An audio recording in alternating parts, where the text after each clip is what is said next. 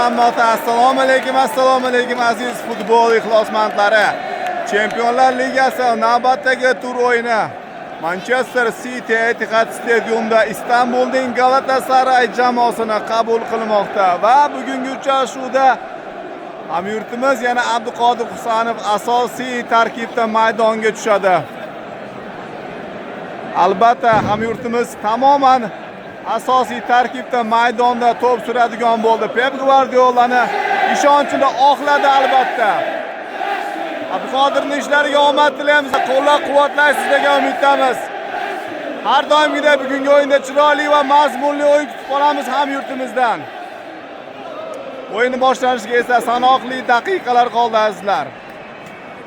Atmosfera esa har doimgidan ko'ra boshqacha ko'ryapsizlar. Mana bu esa Galatasaray muxlislari o'z jamoalarini qo'llab-quvvatlash uchun Turkiyadan yetib kelgan qardoshlarimiz.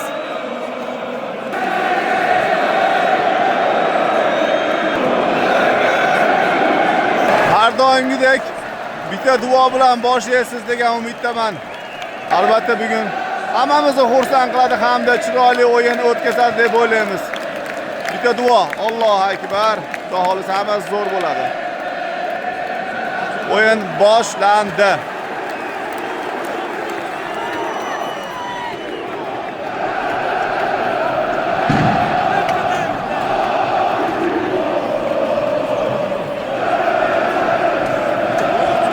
Aytganimdek, turk qardoshlarimiz bekorga kelishmaganini ko'rsatyapti. O'z jamoalarini shunday qo'llab-quvvatlayaptiki, hamma hayron.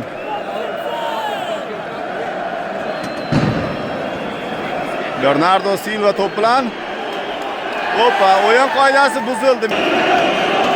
To'p bilan hamyurtimiz uzatma kimga bo'ldi? Akega.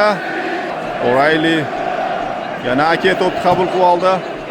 Kimga oshiradi? Ha, Nico O'Reilly o'ziga qaytardi.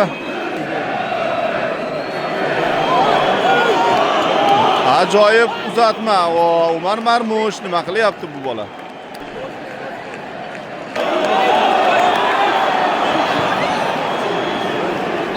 O'yindan tashqari holat bor edi. Donnarumma o'z o'rnida. Ketdi O'Reilly.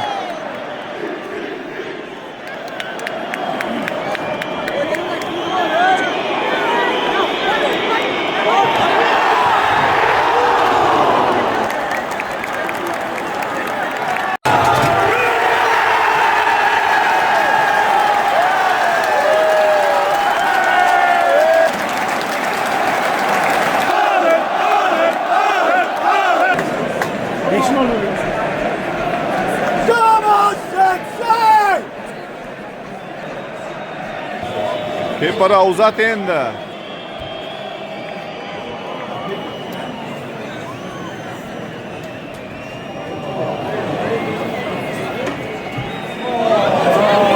Nima qilyapti bular? Va zo'r berdi lekin.